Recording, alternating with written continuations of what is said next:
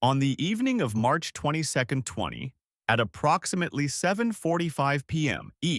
Not inside a command bunker, not on a battlefield, on a public statement, a 48-hour ultimatum. If the Strait of Hormuz was not fully reopened, the United States would begin targeting Iran's power grid, starting with major generation facilities. Not missile sites, not air defenses. Electricity. Within minutes, Tehran. Not with troop movements, but with a warning. If Iran's power peel, water, energy infrastructure, and the Strait of... By the end of TEMIs, this was no low. It had become, one day earlier, on March 21, 2026, the groundwork had already been laid. In public statements, major economies signaled a shift in focus. This was no longer just a military conflict. It was an energy crisis in formation. Discussions among leading economies emphasized a single point. The stability of global energy supply now depended on what happened in one narrow corridor, the Strait of Hormuz. At that moment, no ultimatum had been issued, no deadlines announced. But the language had changed. The conversation was no longer about strikes and counterstrikes. It was about protecting the flow of energy. That shift matters. Because when governments begin to frame a conflict around energy security, they are no longer preparing for a short exchange. They are preparing for systemic disruption. By the end of March 21st, the Strait of Hormuz was already under pressure. Shipping routes were being monitored more closely. Risk assessments were being updated. And in military planning rooms, a different kind of targeting discussion had begun. Not about destroying forces, but about controlling systems. On March 22nd, that pressure turned into a clock. The ultimatum introduced a fixed timeline, 48 hours. And with that, uncertainty became structured. T+0 hours. Military planners began modeling potential strike sequences. If executed, the attack on Iran's power infrastructure would not resemble traditional bombing campaigns.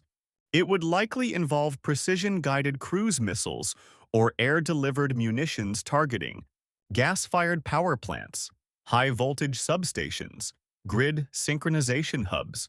These are not symbolic targets. They are system nodes. Remove a major generation facility, and frequency across the grid begins to destabilize.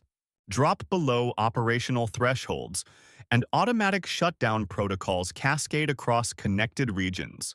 A single strike becomes a network failure. By T+6 hours, no physical damage had occurred. But preparations were already underway. Backup generators tested. Military installations isolated. Emergency protocols reviewed. Because once the first node fails, the system does not degrade slowly. It collapses in layers. At the same time, Iran issued its response. If even one major power facility was struck, they warned, the Strait of Hormuz would not simply be contested. It would become non-functional. To understand the scale of that threat, you have to look at the strait itself. At its narrowest point, the Strait of Hormuz is just over 30 kilometers wide. Two shipping lanes, one inbound, one outbound. And through that corridor flows nearly 20% of global oil and liquefied natural gas supply. On March 22nd, the strait was still open, but its behavior had already changed. Insurance costs surged within hours. Shipping companies recalculated risk exposure. Several vessels delayed entry. Others remained anchored offshore. Some negotiated passage under specific security conditions. This is what functional disruption looks like. No blockade, no closure, but the system begins to fail anyway. By March 23rd, the situation had intensified. The strait was still visible on maps, but its reliability, its core function, was deteriorating. Because global energy systems do not require a complete shutdown to break. They only require enough uncertainty to interrupt flow. On March 23, 2026, the conflict expanded beyond oil and shipping. Iran's warning became more explicit. If its energy infrastructure were attacked, retaliation would target not just oil facilities, but electricity, information networks, and desalination plants across the Gulf. This is where the nature of the war fundamentally changes. Desalination is not a secondary system. In Bahrain and Qatar, nearly 100% of drinking water depends on it. In the United Arab Emirates, more than 80%. In Saudi Arabia, approximately 50%. These systems convert seawater into potable water using energy-intensive processes. They require stable electricity, continuous operation, precise control. Disrupt them, and within days, urban water supply begins to fail. Within weeks, cities face conditions that make normal life unsustainable. This is not a military escalation in the traditional sense. It is a shift toward targeting the systems that sustain civilian life. Electricity, water, energy, not as collateral damage, but as strategic objectives. By March 23rd, the effects were already visible across global markets. Oil prices had surged dramatically. Brent crude rose from $72.48 at the end of February to approximately $111.81 by March 23rd, reaching levels not seen since mid-2022. At one point, it touched $112.19 per barrel. But the price increase was not driven by speculation alone. It reflected real disruption. Energy assessments indicated that approximately 440 million barrels of supply had already been removed from global flows in just over 3 weeks.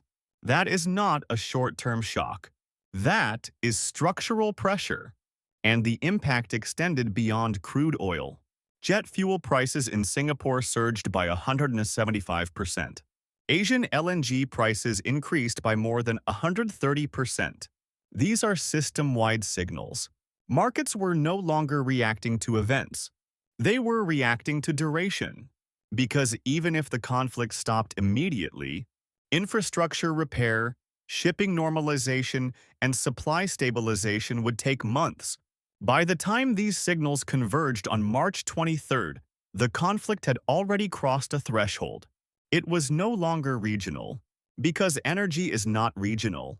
Asia depends on Gulf exports for industrial production. Europe depends on stable supply to maintain economic balance. The United States depends on controlled energy prices to manage inflation. Once the Strait of Hormuz becomes unstable, the consequences propagate globally. Financial markets react. Supply chains tighten. Economic forecasts shift. This is how modern conflicts expand, not through troop movements but through system disruption. At the same time, the logic of warfare is evolving, no longer focused on territory, but on systems, electricity grids, water supply networks, energy distribution. Once these become targets, the boundary between military and civilian space disappears. Between March 22 and March 23, the global response remained measured. There was no immediate large-scale military intervention. Instead, governments recalibrated. Energy security discussions intensified. Naval coordination increased quietly. But there was hesitation. Because once infrastructure becomes a target, escalation becomes unpredictable. And no country is immune to systemic disruption. This is why the response appeared restrained. Not because the threat was limited, but because it had expanded beyond traditional boundaries. By March 23rd, the clock was still running. T+36 hours. The deadline was approaching. 3 paths remained. De-escalation.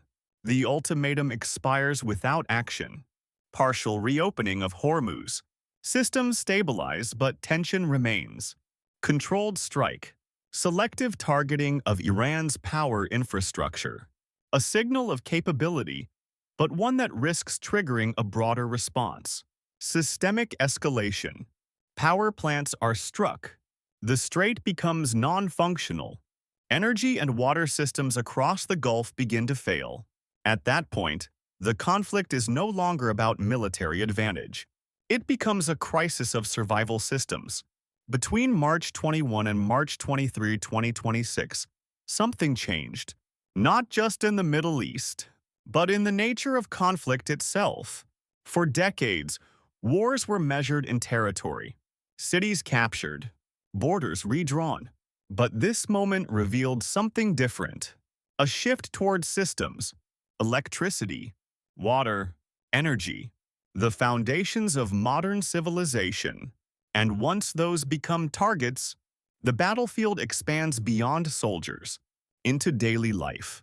The 48-hour ultimatum was not just a threat, it was a signal that the next phase of warfare may not begin with explosions, but with outages. And in that kind of war, the first sign is not what you see. It is what suddenly stops working.